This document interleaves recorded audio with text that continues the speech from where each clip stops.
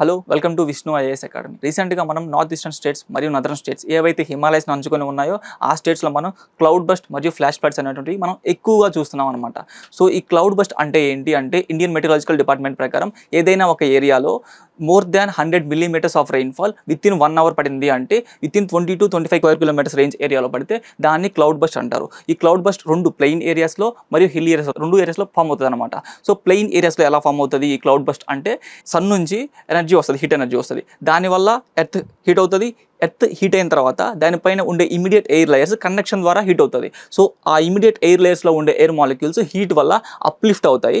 కొంత ఆల్టిట్యూడ్స్కి వెళ్ళిన తర్వాత ఆ ఆల్టిట్యూడ్స్లో ప్రెషర్ తగ్గిపోతూ ఉంటుంది అనమాట. ప్రెషర్ తగ్గిపోవడం వల్ల ప్లస్ మళ్ళీ టెంపరేచర్ తగ్గిపోవడం వల్ల అక్కడ క్లౌడ్స్ ఫామ్ అవుతాయి. ఇలా ఫామ్ అయ్యే clouds majorly cumulus clouds form అవుతాయి. ఈ క్యూములస్ క్లౌడ్స్ 2 to 20 కిలోమీటర్స్ వరకు వెర్టికల్గా గ్రో అవ్వగలన్నమాట.